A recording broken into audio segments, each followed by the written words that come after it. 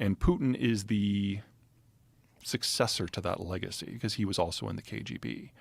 And we're now in an environment that between the terminal demographic structure of the Soviet/Russian system and Putin's personal paranoia, so he's gone through and purged what was left of the KGB, FSB, of anyone who has personal ambitions to succeed him, we're left with an entire political elite of only about 130 people. And Putin has removed anyone who has leadership ambitions. Oh, geez. Now, they all see the world the same way. They all kind of agree with Putin on what's at stake here. But it does mean that when this generation is gone, this is it. This is all the leadership talent that the country has. So because of his sort of top-down approach, he's eliminated all the possibility of future leaders in some way. Even if Russia did have a replacement generation coming up, and it doesn't, he's taken steps to make sure that they can't challenge him. And so any sort of leadership talent has left or been killed. What did they hope happens? And when everything's going so poorly, like what do we know about how they're assessing things? Well, they're obviously not thrilled with the way the things are. They're using one bit of propaganda after another to justify it, saying that, we're fighting all of NATO, or demons are involved. That was my personal favorite. Demons? Oh, yeah. When it came to the Kherson offensive and it became clear that there was more going on than just NATO weapons, the Ukrainians actually knew what they were doing. They changed the line from that these are all Nazis to these are actually gay demons. Gay? Gay demons, yes. What? Yeah, Russian propaganda is a hoot. Please explain the gay demons. Oh, I don't know if I can explain it. I'm just saying that this is the official line right now, is that we have But how do they- homosexual demons fighting us in Ukraine. But why gay demons? Like, is there a mythology to that? Not really. The guy who's in charge of the Orthodox Church is a Putin crony.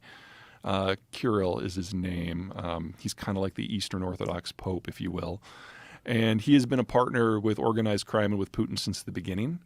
And so he is coming up with ever more creative approaches to the propaganda. And so this is a way of, how can I say this without pissing off half of the people listening?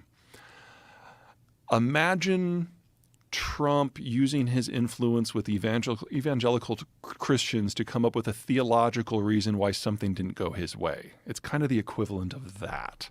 And so gay demons is what he came up with. Gay demons. Yes, and they ran with it. So that's on state propaganda now. Really? Yeah, it's Wow. wild. And what's the epicenter of the gay demons? Oh, Kiev, obviously. Kiev. Yeah, so we've got a Jewish Nazi gay demon. Wow. Yeah. And Truth is always weirder than fiction. the scary rumor is that Putin has cancer, and that Or Parkinson's is one I've heard as well. Oh, really? Yeah, I don't know what it is. He's clearly on steroids, but that could mean a whole lot of things. Like prednisone or something along Yeah. those lines. And you say that because of his appearance? Yeah, Like- he looks very, not just flushed, but puffy. Yeah. And that's kind of a classic too many steroids in your system issue. And this puffiness is these steroids are to battle this cancer somehow? In theory, steroids keep you going in a time when you should probably be laying down is really the kind of the bottom line. Whether he's medicated, over-medicated, or medicated because of medical reasons, we really don't know. He's not in great health. That is obvious. And for someone who has been the shirtless horseback rider in the propaganda videos, that's a real problem. He's visibly wearing bulletproof or bullet-resistant vests, even around his own propaganda people. There was this great piece that came out that I saw last week where it was all the propaganda shots that he's taken with the soldiers' mothers and on the front and with the tech people and in the intelligence. And it was like the same 12 people were in every single shot, just in different outfits. And even with those people, he's wearing his ballistic vest. Now, when you say when you talk about his appearance that he's clearly unhealthy, is there?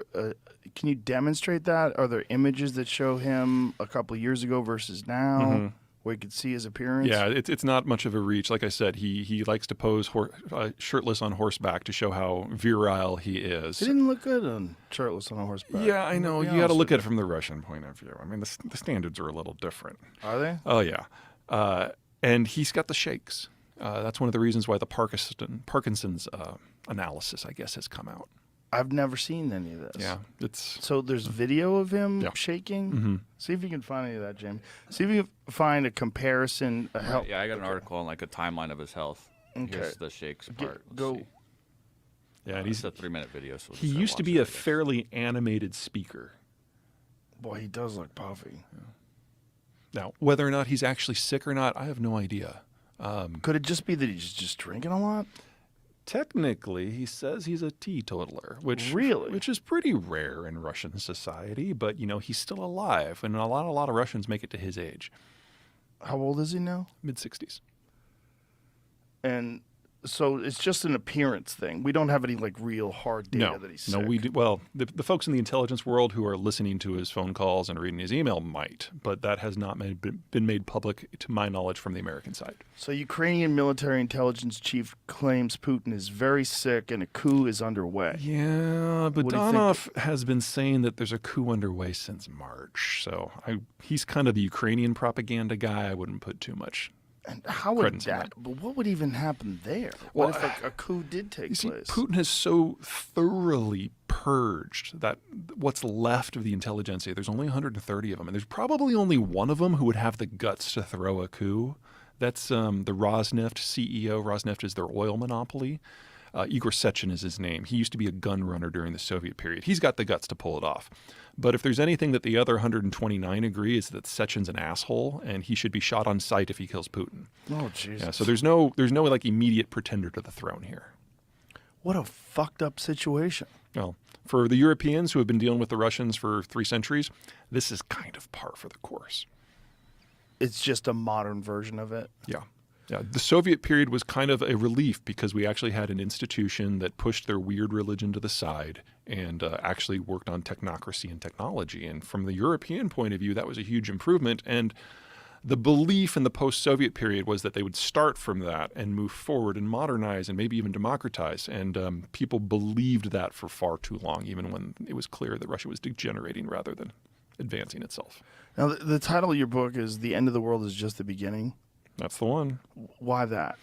We are dealing with the end of the world that we know. Russia is more of a symptom of this than a cause. So to go back a little bit, in the world before World War II, if you had coal, oil, food, and iron ore, you could industrialize and try to make something of yourself. But if you failed to have one of those, you were probably a colony. At the end of the war, the Americans abolished the imperial system and patrolled the global oceans for everyone. And as a result, now you only needed one of those 4, and you could trade for the others.